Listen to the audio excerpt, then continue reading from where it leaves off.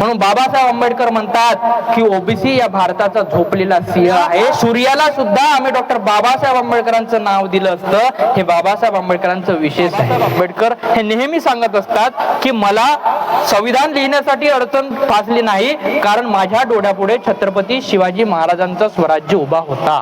हे पहिलाच नाव गाजतो तो म्हणजे माझ्या बापाचा डॉक्टर बाबासाहेब आंबेडकरांचा. टाळ्या वाजवा जोरदार. संपूर्ण विश्वाला शांतीचा आणि शांततेतून क्रांतीचा, प्रज्ञाशील करुणीचा, सम्यक समृद्धीचा मार्ग देणारे या जगातले पहिले वैज्ञानिक ज्यांनी असं सांगितलं की देव मी स्वतः नाही तर मी एक मनुष्य आहे, मी मार्गदाता आहे, मी मोक्षदाता नाही, आणि मी सांगतो म्हणून तुम्ही ऐकावं असं कधीच नाही, तर तुम्ही सातत्यात उतरवून त्यांचं अनुकरण करावं असं सांगणारे या जगातले पहिले वैज्ञानिक महाकरुणिक तथागत बुद्ध, ज्यांच्या नावावरती या भारताचा, अखंड भारताचा सातबारा अजूनही अजरामर आहे, असे चक्रवर्ती महान आचार्य राजा सम्राट अशोक, ज्या माणसाला डॉक्टर बाबासाहेब आंबेडकरांनी आपल्या गुरुच्या स्थानी ठेवून त्यांच्या दोह्याच्या माध्यमातून खरी क्रांती आपल्या संविधानात घडवून आणली, असे दोह्याचे जनक संत कबीर, जे कारंजले गांजले त्याची म्हणावे तू आपले तोची साधू ओळखावा, देव त्याची जाणावा, असे सांगणारे जगद्गुरु संत तुकाराम महाराज, ज्या तुकाराम महाराजांना आद्य गुरु ठेवून या रयतेचा खरा सोना आणि या रयतेचा स्वराज्य ज्या महानायकाने निर्माण केला, असे छत्रपती शिवाजी महाराज, आणि या महानायकाला घडवण्यासाठी ज्या मायमाऊलीचा खरा संघर्ष आपल्या सर्व स्त्रियांना आठवायला हवा, अशा राष्ट्रमाता राजमाता जिजाऊ, ज्या महानायकाने अगदी 16 वर्षाचा असताना बुद्धभूषण नावाचा ग्रंथ लिहून इथल्या मनुवादी व्यवस्थेच्या छाताडावर ठाय ठाय नाचून सांगवलं की बुद्धाचा धम्मच हाच खरा वैज्ञानिक धम्म आहे, आणि इथली मनुवादी व्यवस्था आहे कितीही सांगितली असली तरी बुद्धाचा धम्म हाच खरा वैज्ञानिक धम्म असून छत्रपती शिवाजी महाराजांचा दुसरा राज्याभिषेक जो इथल्या मनुवादी व्यवस्थेने लपवला तो बुद्धांच्या विचारानं घडून आणणारे, आणि ज्यांच्या नावाचा उदो करून आजची व्यवस्था ही आम्हाला औरंगजेब आणि संभाजी महाराज असा वाद घालण्याची प्रयत्न करतो आहे, असे धर्मवीर छत्रपती संभाजी महाराज, ज्या महानायकांनी सांगितलं की विद्येविना मती गेली, मतीविना नीती गेली, नीतीविना गती गेली, गतीविना वित्त खचले, आणि एवढेच अनर्थ एका विद्येने केले, आणि ज्याच महानायकाने छत्रपती शिवाजी महाराजांची समाधी शोधून छत्रपती शिवाजी महाराजांची पहिली शिवजयंती या विश्वात साजरी करण्यासाठी लावले, असे राष्ट्रपिता महात्मा ज्योतिबा फुले, आणि ज्या माऊली या ठिकाणी बसल्या आहेत, ज्या स्त्रीचा खरा उद्धार करता आहे की आपल्या स्वप्नाताईची धाकडे मॅडम ह्या तुमच्या गावच्या एक सुशिक्षित अशा सरपंच या ठिकाणी बनू शकल्या, अशा क्रांतीज्योती सावित्रीबाई फुले, राष्ट्रसंत तुकडोजी महाराज, वैराग्यमूर्ती गाडगे महाराज, लोकशाहीर अण्णाभाऊ साठे, रामास्वामी पेरियार, आणि या संपूर्ण बहुजनांचे विचार एका माडेत गुंफून ती माड संविधान रूपी जनतेला अर्पण करणारे या जगातल्या 100 विद्वानांपैकी प्रथम क्रमांकाचे विद्वान म्हणून ज्यांच्याकडे आशेने पाहिले जाते, असे विश्ववंदनीय, विश्वरत्न, परमपूज्य, ज्यांची आपण 134वी जयंती उद्या साजरी करणार आहोत, असे डॉक्टर बाबासाहेब आंबेडकर, या सर्वांना प्रथमतः आपल्या सर्वांच्या टाळ्यांच्या साक्षीने मी विनम्र अभिवादन करतो. लक्षात घ्या, कुठल्याही महामानवाला फक्त त्या जातीपुरतं मानणे किंवा त्याला त्या बंधनात जाणून ठेवले हे खऱ्या अर्थाने दुर्दैवाचं कारण आहे असं मी म्हणतो, आणि म्हणून आम्ही छत्रपती शिवाजी महाराजांपासून ते बाबासाहेब आंबेडकरांपर्यंत म्हणजे शिवराय ते भीमराय असा संपूर्ण वाटोवा म्हणजे सर्वांचे महापुरुषांचे विचार आम्ही सर्वांसाठी अर्पण केलेले आहेत. हीच बौद्ध धर्मांची आणि हीच बौद्ध लोकांची खासियत आहे मंडळांनो. आपण सर्वांना माहिती आहे की आता आपण भीम जयंती आली म्हणत डॉक्टर बाबासाहेब आंबेडकरांचा उदो करतो आणि भीम जयंतीला मोठ्या उत्साहाने जातो. एका उदाहरणाच्या माध्यमातून सांगतो की डॉक्टर बाबासाहेब आंबेडकरांचे योगदान हे तुमच्या आमच्यासाठी किती महत्वाचे आहे. डॉक्टर बाबासाहेब आंबेडकरांचा पुतळा जर तुम्ही बघितला तर पुतळ्याकडे आपल्याला असं दिसते की बाबासाहेब आंबेडकरांच्या हातामध्ये भारतीय संविधान आहे आणि दुसरा बोट असं आहे. तर आपण कुणालाही विचारता किंवा कुणालाही विचारा की त्या दुसऱ्या बोटाचा अर्थ काय, तर ते सांगतात की डॉक्टर बाबासाहेब आंबेडकर असं म्हणतात की संसदेकडे जा, ते सांगतात की डॉक्टर बाबासाहेब आंबेडकर लंडनला जा, ते सांगतात फॉरेनला जा, परंतु मंडळी होत तसं काहीच नाही. आपल्या सर्वांना माहिती आहे की डॉक्टर बाबासाहेब आंबेडकरांचे कार्य हे दूरदृष्टिकोनातून होते. बाबासाहेब आंबेडकरांना माहिती होतं की या देशात, या जगात ज्या काही समस्या पसरणार आहेत त्याचा निरसन पहिल्याच वेळी करणारा महामानव म्हणजे बाबासाहेब आंबेडकर होते. बाबासाहेब आंबेडकरांनी कोणत्याही कुंडलीचा अभ्यास केला नाही. बाबासाहेब आंबेडकरांनी कोणत्या ब्राह्मणाकडे जाऊन कसलाही नवस काढला नाही. बाबासाहेब आंबेडकरांनी कुठलाही भविष्य काढलं नाही. परंतु बाबासाहेब आंबेडकरांकडे एवढा वैचारिक ज्ञान होता की बाबासाहेब आंबेडकरांना माहित होतं की माझा दूरदृष्टिकोन आणि माझा समाज कसा असला पाहिजे. आणि त्याच समाजाला अंगीकरून बाबासाहेब आंबेडकरांच्या त्या बोटाचं असं निशाण आहे की माझ्या समाज बांधवांनो, तुमच्याकडे जे काही आहे ते फक्त आणि फक्त शिक्षणात पुढे असू शकते. आणि म्हणून तुम्ही शिक्षण घेऊन जेव्हा खऱ्या अर्थाने समोर जाणार आहात तो तुमचा भविष्य दर्शवणारा माझा बोट असेल, असे डॉक्टर बाबासाहेब आंबेडकरांच्या त्या बोटाचं एक निशाण आहे की तुम्ही स्वतःच्या भविष्याकडे वाटचाल करा. आणि म्हणून मगानीच एखाद्या स्पर्धकाने सांगितलं की बाबासाहेब आंबेडकर म्हणतात की शिका, संघटित आणि संघर्ष करा. अगदी सत्य आहे. परंतु आपला हा समाज आता कुठेतरी शिका हा शब्द विसरला आहे आणि केवळ संघटन, संघर्ष याच्यातच गेलेला आहे. आणि म्हणून ते आमचे शायर खूप छान म्हणतात की भीम के लगते जिगर आधे इधर आधे उधर. ही वास्तविक परिस्थिती आहे. आणि म्हणून बाबासाहेब आंबेडकरांचा उदो जर आपल्याला करायचं असेल तर बाबासाहेबांचा उदो करण्याचा अधिकार त्यांनाच आहे जे बाबासाहेब आंबेडकरांच्या विचारधारेला फॉलो करतात आणि बाबासाहेब आंबेडकरांच्या विचारधारेनुसार शिकतात. फुले असतील, डॉक्टर बाबासाहेब आंबेडकर असतील, छत्रपती शिवाजी महाराज असतील, ह्या सर्वांचा छळ करण्यात आला इथल्या व्यवस्थेने. मनुवादी व्यवस्थेने इथला छळ केला. छत्रपती शिवाजी महाराजांचा राज्याभिषेक सुद्धा इथल्या व्यवस्थेने नाकारला. डॉक्टर बाबासाहेब आंबेडकरांना पाण्यापासून सुद्धा इथल्या व्यवस्थेने नाकारला. राजश्री शाहू महाराजांना स्नान करण्यासाठी सुद्धा इथल्या व्यवस्थेने नाकारला. या सर्वांना पायदळी लाथ मारून बाबासाहेब आंबेडकरांनी फक्त शिक्षणाची कास धरली आणि आज शिक्षणाच्या जोरावर बाबासाहेब आंबेडकर हे जगातले सर्वात पहिल्या क्रमांकाचे विद्वान आहे. आणि म्हणून खऱ्या अर्थाने तुमच्या पोरांना जर प्रगतीच्या वाटेवरती न्यायचं असेल तर हे शिक्षणच नेऊ शकतं. आज सर्व अनुकरण जे मुलं करतात ते आई वडिलांच्या शिकवणीतून करतात. समजा एक उदाहरणार्थ सांगतो की समजा तुमच्या इथं तुम्ही जेवण बनवले आणि चुकून जेवणामध्ये मीठ कमी झाला आणि नवऱ्याने तो ताट टाकून दिला असं ताट, तर उद्याच्या दुसऱ्या दिवशी पोरगाही तसंच करणार. माझ्या बापाने मीठ नसताना ताट फेकला, पोरगा भाजी अलवणी आहे म्हणून सुद्धा ताट फेकणार आहे. म्हणजेच काय, अनुकरण हे घरून होतो. आणि म्हणून घरची वैचारिक धारा कशी असते, या वैचारिक धाऱ्यावर मुलाची विचारधारा महत्वपूर्ण असते. आणि म्हणून मुलाला वैचारिक विचारधारा जर शिकवायची असेल तर या महापुरुषांची चरित्र नक्की वाचनाला द्या. आज असली व्यवस्था आपल्या समोर आली आहे की महापुरुषांचं चरित्र काढून दुसरेच भलतं काही अभ्यासक्रमामध्ये टाकण्याचं षडयंत्र यांचं चालू आहे आणि खरा इतिहास लपवण्याचं षडयंत्र सुद्धा चालू आहे.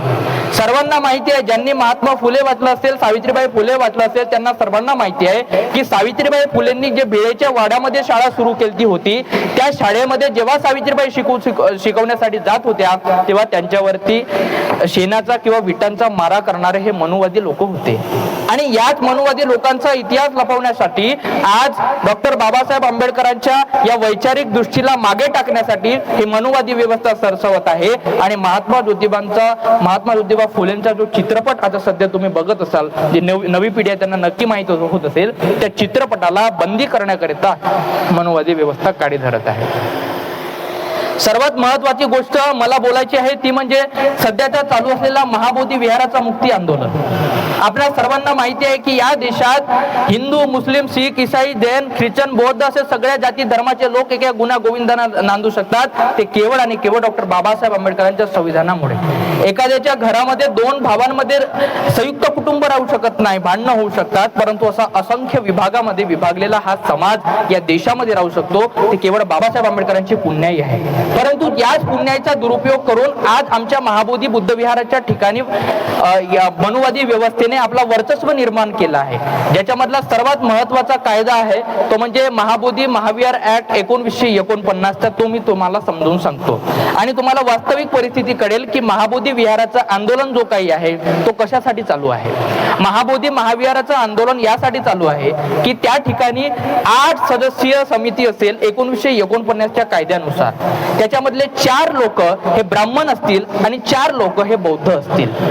आणि त्याच्यामध्ये एक 9वा व्यक्ती असेल, तो बुद्धगया जिल्ह्याचा कलेक्टर असेल. एकूण 9 लोकांनी मिळून हे समिती तयार होईल आणि ज्याच्यामध्ये जो बुद्धगया जिल्ह्याचा कलेक्टर असेल, हा बुद्धगया जिल्ह्याचा कलेक्टर बौद्ध सोडून दुसरा कोणताही असेल, हिंदू असेल आणि हिंदू कलेक्टरच त्या समितीचा अध्यक्ष असणार. म्हणजे जवळपास 9 लोक, समजा 9 लोक एका खुर्चीवर बसले, एका समितीमध्ये बसले आहेत, त्याचा बहुमत जर आपल्याला पाहिजे आहे तर तो 5 मिळेल. बरोबर आहे ना? 5 बहुमत मिळेल. त्याच्यापैकी 4 लोक SC आहे, 4 लोक हिंदू आहे म्हणजे ब्राह्मण आहेत आणि एक जो आहे तो बुद्धगयाचा कलेक्टर आहे आणि तोही हिंदू असला पाहिजे, तरच त्या याचा तो अध्यक्ष असेल, बौद्धगया ट्रस्टचा अध्यक्ष असेल. जर तो हिंदू नसेल तर त्याला अध्यक्षही होता येणार नाही. असा कायदा 1949च्या नुसार तो तयार झालेला आहे. परंतु जर आपण वैचारिक बुद्धीने विचार केला की त्याच्यामधला 5 लोकांचा हा 5 लोकांचा जर आपल्याला बहुमत पाहिजे असेल आणि 4च लोक त्याच्यामध्ये बौद्ध असतील, तर बहुमत कोणाचा असेल? हिंदूंचा असेल ना. बहुमत कोणाचा असेल? हिंदूंचा असेल. म्हणजे याचा अर्थ परिपूर्ण ताबा हा कोणाचा असेल? हिंदूंचा असेल. मग भारतातले असे कोणते किती मंदिर आहेत किंवा किती मस्जिद आहेत ज्या ठिकाणी गैरधर्मीय आहेत, म्हणजे जे बौद्ध नसलेले लोक त्या ठिकाणी आहेत, असे किती मंदिर आहेत? एकही नाही. मग हा अन्याय किंवा हा अत्याचार फक्त बौद्धांवरच का बरं? या विषयीचा आवाज उठवण्यासाठीचा हा महाबोधी विहाराचा मुक्ती आंदोलन आज जिकडे तिकडे चालू आहे. याही मुक्ती आंदोलनांना दाबण्याचं काम ही सरकार करते, मनुवादी व्यवस्था करते. कारण या लोकांना डॉक्टर बाबासाहेब आंबेडकरांनी ज्या वेळेस 14 ऑक्टोबर 1956ला नागपूरच्या नागभूमीत दीक्षा दिली, त्यावेळेस बाबासाहेब आंबेडकर म्हणाले होते की मला भारताला बुद्धमय करायचं आहे आणि भारताला बुद्धमय करण्याचं एकमात्र ठिकाण हे बौद्धगयाच आहे. आणि बौद्धगयाला तोडण्याचं काम हे सरकार, इथली मनुवादी व्यवस्था वारंवार करते आहे. आणि म्हणून मंडळी हो, आपण सर्वांना जागरूक होऊन खऱ्या अर्थाने त्या विरोधात उठण्याची गरज आहे. आज देश विदेशामध्ये आंदोलन होत आहेत आणि तो आज नाही उद्या आपल्याला नक्कीच मिळेल. आपण त्यासाठी सक्षम राहू की नाही राहू की नाही राहू? नक्की राहू. आपण सक्षम असलं पाहिजे.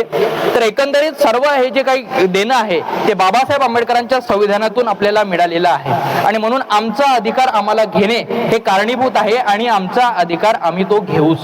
तो संविधानिक मार्गानेच असेल. म्हणून डॉक्टर बाबासाहेब आंबेडकरांच्या शिक्षेचा हा उपयोग होतो की डॉक्टर बाबासाहेब आंबेडकर जसे म्हणतात की शिका, संघटित व्हा आणि संघर्ष करा. त्याच्यापैकी शिक्षण हे सर्वात महत्वाचं शस्त्र आहे, ज्यामध्ये सध्याची व्यवस्था आहे फक्त आणि फक्त आपल्याला सांगते की संघटित व्हा आणि संघर्ष करा. परंतु शिका हा मूलमंत्र मात्र कोणीही देत नाही. तो मूलमंत्र बाबासाहेब आंबेडकरांच्या वैचारिक विचारधारेला आपण झुंपलं पाहिजे.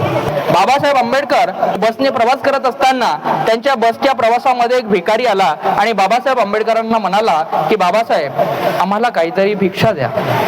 बाबासाहेब आंबेडकरांनी त्या भिकाऱ्याला प्रश्न विचारला की मी जेव्हा तुला देतो आहे तेव्हा तू त्याच्या बदल्यामध्ये मला काय देणार आहे?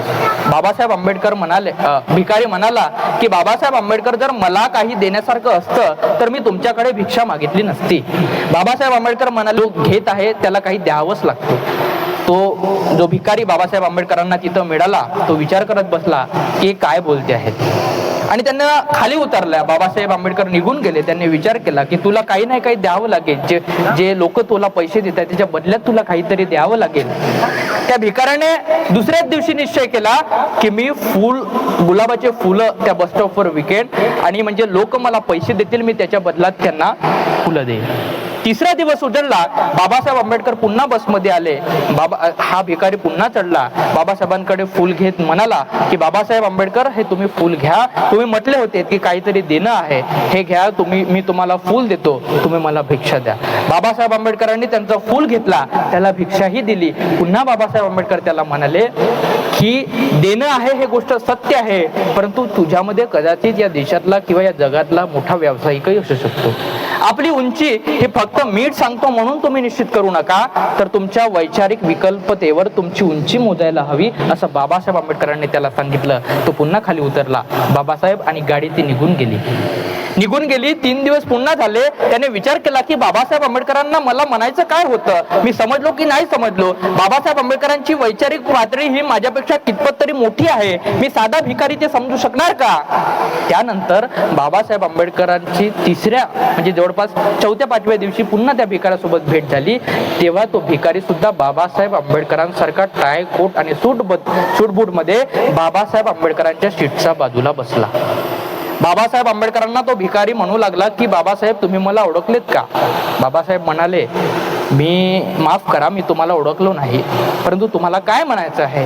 तेव्हा तो भिकारी बाबासाहेब आंबेडकरांना म्हणाला की मी तोच भिकारी आहे ज्या भिकाऱ्याला तुम्ही म्हटलं होतं की तुमचंही काहीतरी देणं आहे.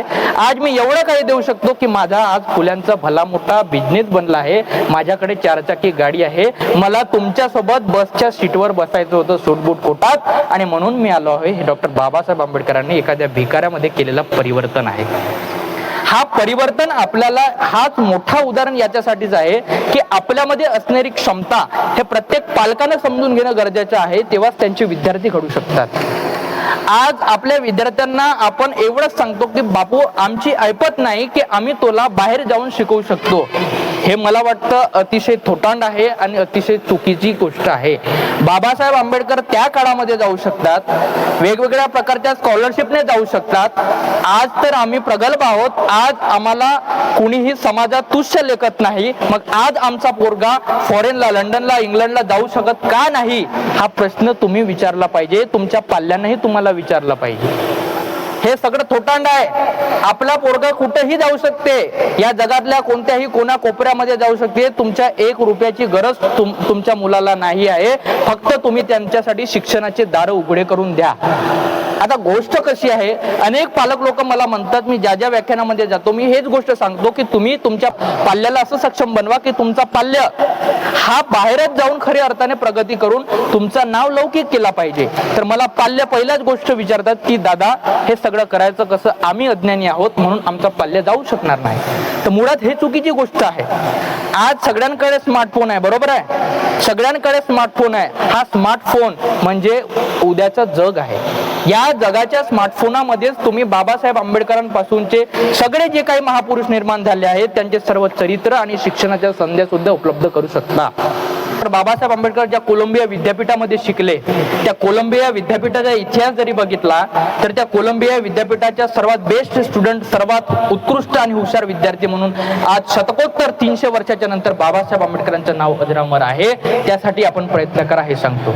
ज्यावेळेस कोलंबिया विद्यापीठातली एक समिती बसली होती, या समितीमध्ये असं ग्राह्य धरलं होतं की तुम्हाला 300 वर्षातले 100 विद्वानांची लिस्ट काढायची आहे, ज्याच्यामधले कमिटीच्या माध्यमातून एक अहवाल त्या विद्यापीठाच्या कुलगुरूकडे गेला आणि त्यांनी सांगितलं की आम्ही जे काही 100 विद्यार्थी काढत आहोत ते खरंच खूप मुश्किल आहे, कारण या जगातले 100 विद्यार्थी कॅल्क्युलेट करणे म्हणजे हे अत्यंत खूप मोठी गोष्ट आहे आणि भयावह गोष्ट आहे. हे आम्ही कसं करू? तेव्हा कुलगुरूने सांगितलं की आमच्या विद्यापीठात असे महान व्यक्ती झाले आहेत ज्यांचा सारांश तुम्हाला जगाच्या इतिहासात शोधण्यासाठी फार त्रास सहन करावा लागणार नाही, आणि त्यापैकी एक बाबासाहेब आंबेडकर होते. त्या कमिटीने आपला अहवाल काढला. अहवाल काढल्याच्या नंतर कुलगुरूंच्या हाती गेला. अहवाल कुलगुरूंनी उघडून पाहिला. त्याच्यापैकी 100 लोकांपैकी जो पहिल्या नंबरचा महान व्यक्ती होता ते बाबासाहेब आंबेडकर होते. दुसऱ्या नंबरचे कार्ल मार्क्स होते.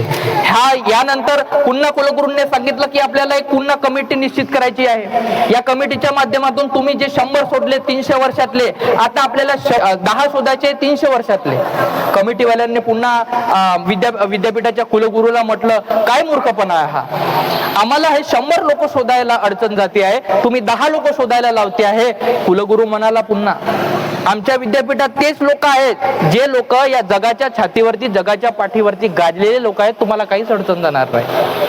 पुन्हा कमिटीने निर्णय घेतला आणि तो अहवाल काढून दाखवला. त्या 10 लोकांमध्ये विद्वानच्या पहिल्या क्रमांकावर बाबासाहेब आंबेडकर होते. पुन्हा कमिटीने सांगितलं की आता आम्हाला 10 नाही म्हणे, आता आम्हाला एकच शोधायच्या जगातून, कारण आम्हाला आमच्या कोलंबिया युनिव्हर्सिटीच्या पहिल्या ब्रॉन्ड वरती त्या विद्वानाचा, पहिल्या क्रमांकाच्या विद्वानाचा पुतळा टाकायचा आहे आणि त्यासाठी आम्हाला ते नाव आवश्यक आहे की तो पहिल्या क्रमांकाचा जो हुशार व्यक्ती आहे किंवा हुशार वैचारिक माणूस आहे तो कोण असेल. कमिटीने पुन्हा कामाला लागली. कमिटीने नाही असं नाही का नकार देता होता तेव्हा सांगितलं की का बरं आहे. तेव्हा पुन्हा त्या कुलगुरूंनी सांगितलं मी तुम्हाला 100% खात्री देतो, आमच्या विद्यापीठात एक असा महान व्यक्ती शिकून गेला आहे ज्या महान व्यक्तीने भूक तहान विसरून या भारताच्या कल्याणासाठी, या भारताच्या SC ST OBC साठी ज्यांना आपलं प्राणपणाला लावून अर्पण केलेलं जीवन आहे, तोच व्यक्ती या विद्यापीठाचा पहिला क्रमांकाचा हुशार व्यक्ती असेल. तो जगातला पहिला हुशार व्यक्ती असेल असं सांगितलं आणि कमिटीने तो अहवाल कुलगुरूंकडे दिला. कुलगुरूंनी तो अहवाल उघडला आणि त्या अहवालात पहिलाच नाव गाजतो तो म्हणजे माझ्या बापाचा डॉक्टर बाबासाहेब आंबेडकरांचा. टाळ्या वाजवा जोरदार. हे बाबासाहेब आंबेडकरांचं देणं आहे. कमिटीने अहवाल दिला, कुलगुरूंनी तो अहवाल उघडला आणि त्याच्यामध्ये बाबासाहेब आंबेडकरांचं जगातल्या पहिल्या विद्वानांपैकी क्रमांक 1 वरचं नाव लक्षात आलं. तात्काळ अमेरिकेचे तत्कालीन राष्ट्राध्यक्ष बराक ओबामांनी कुलगुरूंना फोन केला, विचारपूस केली की तुमच्यामध्ये आलेला पहिला जो हुशार व्यक्ती आहे त्याचं नाव काय. त्यांनी मोठ्या हिमतीने सांगितलं तो म्हणजे डॉक्टर बाबासाहेब आंबेडकर. आणि जेव्हा डॉक्टर बाबासाहेब आंबेडकरांचं नाव हे समोर आले तेव्हा बराक ओबामा काय म्हणतात. बराक ओबामा म्हणतात की आमच्या देशात जर डॉक्टर बाबासाहेब आंबेडकरांचा जन्म झाला असता त्यातल्या सूर्याला सुद्धा आम्ही डॉक्टर बाबासाहेब आंबेडकरांचं नाव दिलं असतं. हे बाबासाहेब आंबेडकरांचं विशेष आहे. बाबासाहेब आंबेडकर नेहमी म्हणतात की मला इथले मनुवादी लोक किंवा इथली व्यवस्था, इथली विद्रूप व्यवस्था, इथले जे स्त्री विरोधी लोक आहेत ते याच्यासाठी घाबरत नव्हते की माझ्याकडे MA च्या MPhil च्या पदव्या होत्या. ते याच्यासाठी घाबरत नव्हते की मी उच्च शिक्षित आहे. ते याच्यासाठी घाबरत नव्हते की मी कोलंबिया युनिव्हर्सिटी मधून शिकलेलो आहे. ते याच्यासाठी घाबरत होते की मी चारित्र्यवान, चारित्र्य संपन्न आणि शील संपन्न आहे. हे बाबासाहेब आंबेडकर सांगत होते. अर्थातच काय, अर्थातच सांगायचं हेच आहे की बाबासाहेब आंबेडकरांचा नाव हा जगामध्ये उदो केला जाते आणि या देशाचं दुर्दैव बघा, ज्या महानायकाच्या संविधानावरती हा देश चालला जातो आज त्याच महानायकाचे पुतळे या जगात, या भारत देशात तोडले जातात. ही विद्रूप अवस्था आज या मनुवादी व्यवस्थेनं आणलेली आहे. आमची वैचारिक दृष्टी आणि आमचा जो घातपात आहे तो ना कुठल्या ब्राह्मणाने केला, ना कुठल्या इथल्या हिंदूने केला. इथल्या बौद्ध समाजाची असेल किंवा इथल्या संपूर्ण व्यवस्थेशी असेल, कोणाचीही दुश्मनी कोणत्याही धर्मांबद्दल नाही. कारण बाबासाहेब आंबेडकरांच्या सहकार्यांमध्ये स्वतः त्यांना मदत करणारे हे ब्राह्मण होते. म्हणजे याचा अर्थ काय, याचा अर्थ हेच आहे की बाबासाहेब आंबेडकरांचा विरोध हा ब्राह्मणांनाही नव्हता. ब्राह्मणांना जर विरोध असता तर बाबासाहेब आंबेडकरांची दुसरी पत्नी ब्राह्मण नसती. बाबासाहेब आंबेडकरांचा विरोध हा फक्त आणि फक्त मनुवादी विचारधारेला, ब्राह्मणी विचारधारेला आहे. आणि म्हणून बाबासाहेब आंबेडकर हे नेहमी सांगत असतात की मला संविधान लिहिण्यासाठी अडचण फासली नाही, कारण माझ्या डोळ्यापुढे छत्रपती शिवाजी महाराजांचा स्वराज्य उभा होता. हे बाबासाहेब आंबेडकरांचे वैशिष्ट्य आहे आणि हेच वैशिष्ट्य आपल्याला जगापुढे मांडायचं आहे. आणि म्हणून हे बाबासाहेबांची किमया जगाच्या पार न्यारी आहे. आणि म्हणून मला म्हणावंसं वाटतं, कोणते आकाश हे आम्हा तू नेले कुठे, तू देलेले पंख पिंजरे हे गेले कुठे. या भराऱ्या आमुच्या पाखरांची वंदना, या भराऱ्या आमुच्या या पाखरांची वंदना. भीमराया घे तुझ्या या लेकरांची वंदना, भीमराया घे तुझ्या या लेकरांची वंदना. म्हणजे बाबासाहेब आंबेडकरांचा खरा वैचारिक वारसा जर जपायचा असेल तर बाबासाहेब आंबेडकरांच्या मूर्त्यांचे किंवा त्यांच्या पुतळ्यांचं वंदन करून काहीही होणार नाही. तुमच्यामधले एक मुलगी या ठिकाणी जे वक्तृत्व स्पर्धेमध्ये भाषण देऊन गेली ती खूप छान बोलली.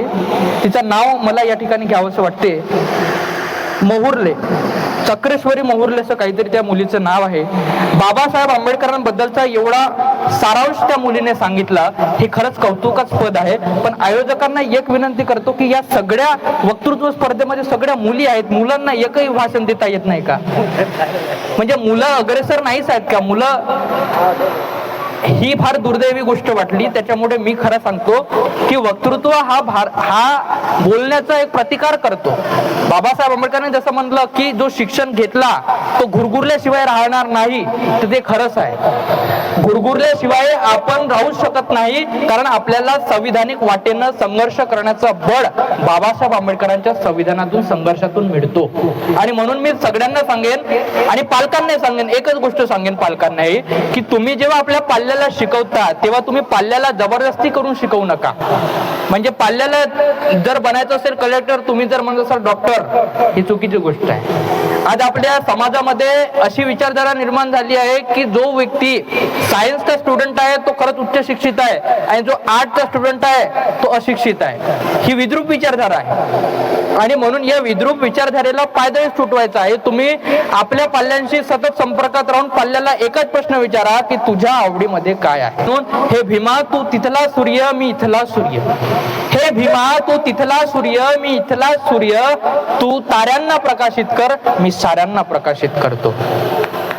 मी साऱ्यांना प्रकाश याच्यासाठीच की शिक्षणाच्या प्रवाहातून असू शकते, वैचारिक प्रबोधनाच्या माध्यमातून असू शकते, तुमच्या लेकरांना खऱ्या अर्थाने फुले शाहू आंबेडकरांचं ज्ञान त्या ठिकाणी देणं गरजेचं आहे. तेव्हाच तुमचा विद्यार्थी, तुमचा पाल्य खऱ्या अर्थाने बाबासाहेब आंबेडकरांच्या ज्या काही गोष्टी आहेत त्या इतरांपर्यंत नेऊ शकतात.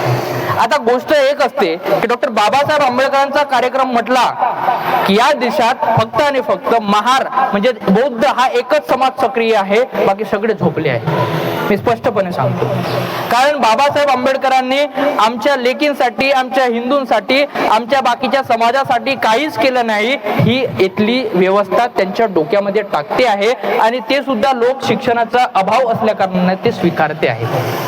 परंतु आज बाबासाहेब आंबेडकरांच्या पुण्याने माणसाला आणि बाईला मिळणारा वेतन हा सरकारी याच्यात सेम आहे. कोणातून जेव्हा कामावर बाहेर जाताना जेव्हा माणसाला 250 असते, बाईला 150 असते, तुम्ही नाकारू सुद्धा शकता आणि माणसा इतकीच रोजी घेऊ शकता. हे बाबासाहेब आंबेडकरांच्या संविधानाची ताकद आहे. दिवसाचे कामाचे तास 8 करणे हे सुद्धा फक्त बाबासाहेब आंबेडकरांचं योगदान आहे. हे फक्त बौद्धांसाठीच आहे का? सर्वांसाठी आहे. बाबासाहेब आंबेडकरांनी दिलेलं संविधानिक पद असेल, आज या स्त्रिया तुमच्या गावच्या सरपंच बनू शकतात, राष्ट्रपती पदापर्यंत पोहोचू शकतात. हे सर्व बाबासाहेब आंबेडकरांचं योगदान आहे. डॉक्टर बाबासाहेब आंबेडकरांना सर्वात मेन महत्वाचा मुद्दा जर मला सांगायचा असेल तर तो म्हणजे आरक्षण. आमच्या समाजाला म्हणजे SC ST OBC समाजाला तीनही प्रवर्तकनुसार जो आरक्षण दिला आहे तो शैक्षणिक आणि सामाजिक दृष्ट्या मागासलेल्या लोकांना तो संविधानानुसार आरक्षण मिळालेला आहे.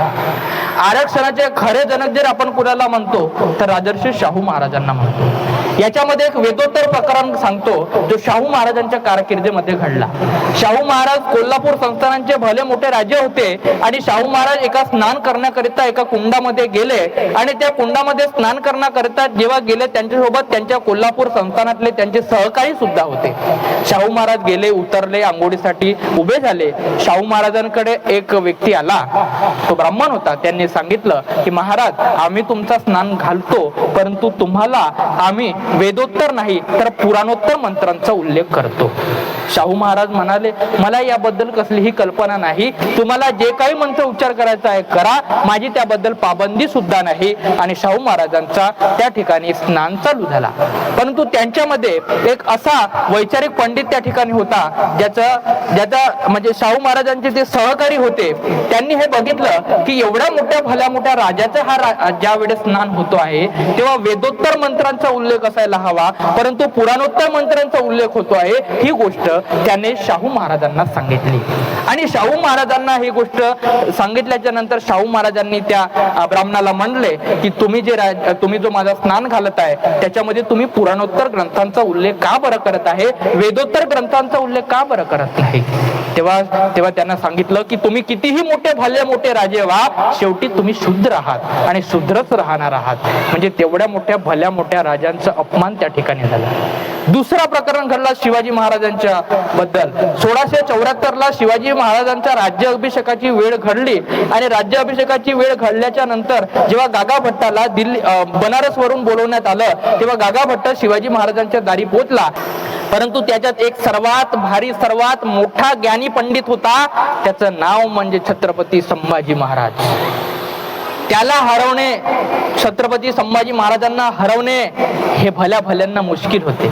गागा भट्टाला अपरिचित होता की मी जे काही मंत्राचा उच्चार करणार आहे तो या ठिकाणी बसलेला एकमात्र म्हणजे वैचारिक माणूस आहे, तो म्हणजे संभाजी महाराज. आणि संभाजी महाराजांना ह्या माझ्या मंत्रांचा अर्थ माहीत असणार आहे. गागा भट्टाने एवढ्या मोठ्या रयतेच्या राजाच्या छत्रपती शिवाजी महाराजांचा राज्याभिषेक करायला सुरुवात केली, आरती आणली आणि त्या आरतीमध्ये जो अष्टगंध किंवा जे काही आहे त्यामध्ये गागा भट्टाने डाव्या पायाच्या अंगठाने छत्रपती शिवाजी महाराजांचा राज्याभिषेक घडवून आणला.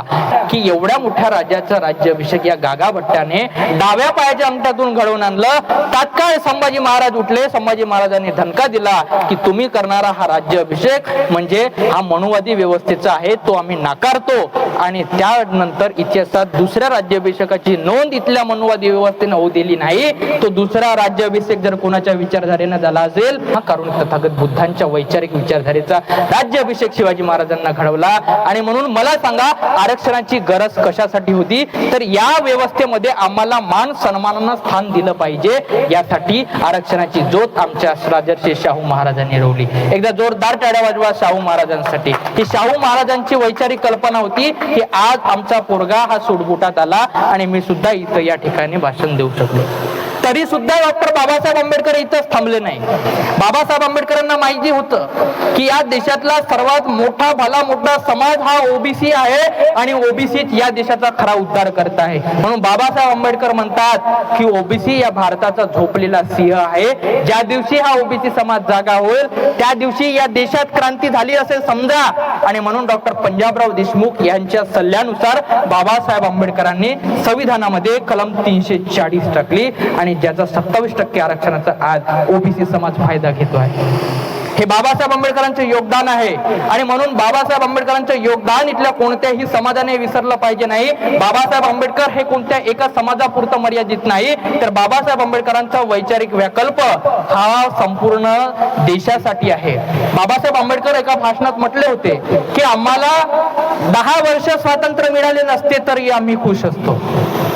आता विचार करा काही लोकांना वाटेल की बाबासाहेब आंबेडकर तर देशद्रोही होते बा त्यांना याच्याशी काय करायचं आहे म्हणजे भारत स्वतंत्र नाही झाला पाहिजे. बरोबर आहे कारण बाबासाहेब आंबेडकरांना माहिती होतं की जेवढे इंग्रज भारतात आहेत तेवढेच या देशातले बहुजन लोक सुशिक्षित आहेत सुरक्षित आहेत आणि या देशातला ओबीसी सुद्धाही शूद्रमध्येच होता. ओबीसीने विसरला नाही पाहिजे. ओबीसी अदर बॅकवर्ड क्लास या देशातला ओबीसी हा शूद्रामध्ये होता. एससी एसटी हा समाज अतिशूद्रामध्ये होता. म्हणून बाबासाहेब आंबेडकरांनी सांगितलं की आम्हाला आता स्वातंत्र्याची काही गरज नाही कारण आता जर का स्वातंत्र्य दिलं तर इथली मनुवादी व्यवस्था ही इथल्या बहुजनांच्या छाताडावर बसून राज्य करणार आहे. आणि इंग्रजांच्या काळात काय होतं इंग्रजांच्या काळात सर्व जाती धर्म सेम होते. इंग्रजांनी भारताला लुटले परंतु कुठल्याही समाजाला लुटले नाही तर इथल्या व्यवस्थेने हे भारताला न लुटता भारताचे अमूल्य घटक असणाऱ्या लोकांना लुटले. ही गोष्ट बाबासाहेब आंबेडकरांना माहित होती आणि म्हणून बाबासाहेब आंबेडकर नेहमी म्हणायचे की खरंच या देशातले इंग्रजच खरे राष्ट्रप्रेमी आहेत जर का विचार मनुवादी व्यवस्थेचा केला. तुम्ही इतिहासात कधीही नोंद घ्या या देशात जेवढेही महापुरुष निर्माण झाले पैदा झाले परंतु कोणत्याही महापुरुषाला अटक केली का असा कधीच तुम्ही वाटले नाही. परंतु बाबासाहेब आंबेडकर एकमात्र महापुरुष आहे या भारतातला बाबासाहेब आंबेडकर असा एकमात्र पुरुष आहे ज्या महापुरुषाच्या नावावरती कोणतीही केस इंग्रज अधिकारी टाकू शकले नाही. त्यांना कोणताही इंग्रज अधिकारी अरेस्ट करू शकला नाही. हे बाबासाहेब आंबेडकरांचं शैक्षणिक ज्ञान होतं आणि या शैक्षणिक ज्ञानाची ताकद इंग्रजांना माहिती होती. आणि म्हणूनच बाबासाहेब आंबेडकरांच्या जीवनात जेवढ्याही घडलेल्या क्रांत्या आहेत ह्या भगवान बुद्धांच्या शांतीप्रियतेच्या आणि पेनाच्या क्रांतीनेच घडलेल्या आहेत. फार मोठी अशी वैकल्पिक क्रांती बाबासाहेब आंबेडकरांनी घडवून आणली. त्या सर्व शांततेच्याच मार्गाने बाबासाहेब आंबेडकरांनी या क्रांतीचा अवलंब केला. या सर्वंकष पार्श्वभूमीवरून ज्यावेळेस डॉक्टर बाबासाहेब आंबेडकरांनी सायमन कमिशनच्या बाबतीतून जी गोलमेज परिषद त्या ठिकाणी भरली होती आपल्या लंडनला आणि रॅम्से मॅकडोनाल्ड ज्या गोलमेज परिषदेचे त्या इंग्लंडचे अध्यक्ष होते त्यावेळेस सांगितलं होतं की काळाराम मंदिराचा जो सत्याग्रह होता 1927चा हा काळाराम मंदिराचा सत्याग्रह म्हणजे माझ्या बांधवांना मी सांगू इच्छितो की आमचा हा समाज जर हिंदू असेल तर आम्हाला काळाराम मंदिरामध्ये स्थान का बरं नाही. जेव्हा सायमन कमिशन आला तेव्हा सायमन कमिशनला गोबॅक म्हणणारे अनेक लोक होते परंतु सायमन कमिशनना वेलकम म्हणणारा एकच महामानव होता त्याचं नाव म्हणजे डॉक्टर बाबासाहेब आंबेडकर. बाबासाहेब आंबेडकरांना अनेक लोकांनी विचारलं की तुम्ही सायमन कमिशनला वेलकम कशासाठी म्हणताय तेव्हा बाबासाहेब आंबेडकरांनी उत्तर दिलं होतं की हा सायमन कमिशनच उद्याच्या येणाऱ्या माझ्या समाजाला खरा न्याय देऊ शकतो. आजची ही मनुवादी व्यवस्था माझ्या समाजाला पायदोडी तुटवल्याशिवाय राहणार नाही. आणि म्हणून बाबासाहेब आंबेडकरांनी 1927 ला काळाराम मंदिराचा सत्याग्रह घडवला. तुम्हाला प्रश्न पडला असेल कदाचित की बाबासाहेब आंबेडकरांनी 14 ऑक्टोबर 1956 ला ज्यावेळेस नागपूरच्या नागभूमीमध्ये आपल्याला दीक्षा दिली आणि त्या दीक्षामध्ये बाबासाहेब आंबेडकरांनी 22 प्रतिज्ञांचा उल्लेख करताना साक्षात इथले जेवढेही काही देवधर्म आहेत त्यांना नाकारलेले आहेत. मग बाबासाहेब आंबेडकरांनी काळाराम मंदिराचा सत्याग्रह कशासाठी केला? जेव्हा बाबासाहेब आंबेडकरांनी देवाला नाकारलं तेव्हा बाबासाहेब आंबेडकरांनी सत्याग्रह कशासाठी केला? तर तो सत्याग्रह देवासाठी नव्हता, तो इथल्या माणुसकीसाठी होता, माणसाला जिवंत ठेवण्यासाठी होता. म्हणून बाबासाहेब आंबेडकरांनी जेव्हा तो 1927 चा काळाराम मंदिर सत्याग्रह घडवून आणला त्यावेळेस गोलमेज परिषदेमध्ये सांगितलं बाबासाहेब आंबेडकरांनी की सर, जर या लोकांनी आम्हाला मंदिरामध्ये कसलाही त्रास न देता जाऊ दिलं तर आम्हाला कुठल्याही स्वतंत्र मतदारसंघाची गरज नाही. रॅमसे मॅकडोनाल्ड म्हणाले, आंबेडकर यू आर राईट, आणि तुमच्या म्हणण्यानुसार खरंच तसं झालं पाहिजे आणि तुम्हाला नक्कीच एंट्री मिळणार. बाबासाहेब आंबेडकर आणि त्यांचे सर्व सहकारी काळाराम मंदिराकडे जाण्यासाठी निघाले आणि काळाराम मंदिराच्या जशा पायथ्याशी बाबासाहेब पोहोचले, बाबासाहेबांवरती दगडांचा मारा झाला. बाबासाहेब आंबेडकरांनी तत्काळ रॅमसे मॅकडोनाल्डला कळवलं की तुम्ही आम्हाला समजत होते हिंदू, मग आम्ही हिंदू आहोत तर आम्हाला काळाराम मंदिरामध्ये स्थान का बरं नाही? आणि यावरून निष्पन्न झालं की या ठिकाणी SC ST OBC समाज हा काळाराम मंदिरात जाऊ शकत नाही, म्हणजेच तो हिंदू नाही, तो आजही दलित आहे. या दलिताच्या भावनेतून बाबासाहेब आंबेडकरांनी रॅमसे मॅकडोनाल्डकडे एक निवेदन दिलं की आम्हाला स्वतंत्र मतदारसंघ असायला हवे. स्वतंत्र मतदारसंघ मान्यही झाले, परंतु समोरचा इतिहास तुम्हाला नक्कीच माहिती आहे, तो वाचून घ्या.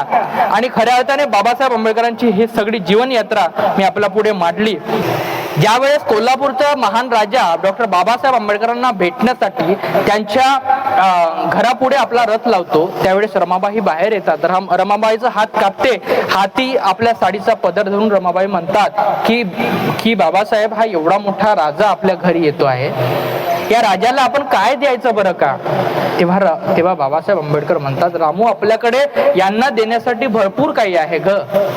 आम्ही आमच्या समाजाचा उद्धार करणे म्हणजे शाहू महाराजांना खरा दिलेला दान आहे, असं बाबासाहेब आंबेडकरांनी रमाईला सांगितलं. शाहू महाराज बाबासाहेबांच्या घरी आले. बाबासाहेबांकडे त्यांनी एक थैली भरलेले पैसे बाबासाहेबांकडे दिले आणि बाबासाहेबांना सांगितलं की तुम्हाला फॉरेनला शिकायला जायचं आहे. बाबासाहेब आंबेडकर फॉरेनला शिकायला गेले आणि ज्या वेळेस विद्यापीठामध्ये बाबासाहेब आंबेडकर अभ्यास करायचे, 18 तास अभ्यास करायचे, तेव्हा तिथला जो ग्रंथालय होता तो ग्रंथालयाने बाबासाहेब आंबेडकरांना प्रश्न केला की आंबेडकर, तुम्ही जे पावाचे तुकडे इथं खाताय ते उद्यापासून तुम्हाला इथं चालणार नाही. आमच्या ग्रंथालयामध्ये खाद्यखानावर सुद्धा बंदी आहे, असं त्या ग्रंथालयिकांना बाबासाहेब आंबेडकरांना सांगितलं. बाबासाहेब आंबेडकरांनी ते चुपचापपणे ऐकलं, परंतु बाबासाहेब आंबेडकरांना चिंता होती ते म्हणजे समाजाची. आणि दुसऱ्या तिसऱ्या दिवशी तो ग्रंथाचालक पुन्हा बाबासाहेब आंबेडकरांकडे गेला आणि बाबासाहेब आंबेडकरांना प्रश्न विचारतो की मी म्हटल्याप्रमाणे तुम्ही खात नाहीये हे गोष्ट सत्य आहे, परंतु तुमचं जीवन जगणे हे कसं आहे? कारण तुमच्या पोटामध्ये अन्नाचा एकही कण आहे. त्यावेळेस बाबासाहेब आंबेडकर म्हणतात की मला कुठल्याही अन्नाच्या कणाची गरज नाही, कारण माझ्या पुढे राजर्षी शाहू महाराजांनी दिलेला हा पैशाचा ढग आहे आणि माझी जनता जी शोषित वंचित पीडित आहे तिला खऱ्या अर्थाने न्यायाच्या प्रवाहात आणायचं आहे, हे बाबासाहेब आंबेडकरांनी त्यावेळेस सांगितलं. बाबासाहेब आंबेडकरांनी तुमच्या आमच्यासाठी गंगाधर नावाच्या पुराला बळी दिलं. रमाबाईंनी सगळं गहाण, आपले सगळे दागिने गहाण ठेवून या समाजाला मोठं करण्यासाठी आपलं योगदान दिलं. हे योगदान इथल्या कुठल्याही व्यवस्थेने, कुठल्याही समाजाने विसरता कामा नये, कुठल्याही स्त्रियांनी, कुठल्याही पुरुषाने विसरता कामा नये. या महापुरुषांच्या सर्व योगदानामधूनच आज आपण घडलेला आहोत, हे तुम्ही आम्ही समजून घेण्याची गरज आहे. या महापुरुषांना वैचारिक अभिवादन करण्याची गरज आहे. खऱ्या अर्थाने तुमच्या गावामध्ये अतिशय उत्कृष्ट आणि सुशिक्षित मला सरपंच दिसल्या, ही अभिमानाची बाब आहे. आणि या सरपंच कसलाही मानधन न घेता, म्हणजे मानधन त्यांना चालू नाही असं त्यांनी मला सांगितलं, तरी सुद्धा त्या पदावर रुजू असताना या गावासाठी कार्य करत आहेत, ही अतिशय अभिमानास्पद बाब आहे. आणि असेच लोक तुम्ही आपल्या गावाच्या कल्याणासाठी निवडा आणि या गावाचा अतिशय म्हणजे कायापलट करा. तो शिक्षणाच्या माध्यमातून होऊ शकतो. आणि या सर्व महापुरुषांच्या वैचारिक विचारधारेला फॉलो करा. यांना या महापुरुषांना डीजेवर नाचवा याच्यातही काही बंदी नाही, परंतु डीजेवर नाचताना एवढाही भान ठेवा की त्या डीजेवर नाचण्याचा अधिकार त्याच माणसाला आहे जो बाबासाहेब आंबेडकरांचे या सर्व महापुरुषांचे विचार आपल्या डोक्यात टाकतो. तोच माणूस जर का त्या रॅलीमध्ये जाऊन जर का दारू पिऊन नाचत असेल तर त्याला मुळाच अधिकार नाही. समाज बांधवांनी त्याला बाहेर काढून टाका, अशा माणसांना ठेवू नका एवढंच सांगतो. आणि सर्व वैचारिक माणसांना आपल्या डोक्यात घेऊन खऱ्या अर्थाने त्यांची वैचारिक जयंती साजरी करा एवढा माफक आशावाद आपल्या सर्वांकडून व्यक्त करतो. गांधीनगर वासियांनी मला दिलेल्या प्रेमाबद्दल कृतज्ञता व्यक्त करतो आणि माझ्या व्याख्यानाला याच ठिकाणी थांबवतो. धन्यवाद. जय हिंद, जय भीम.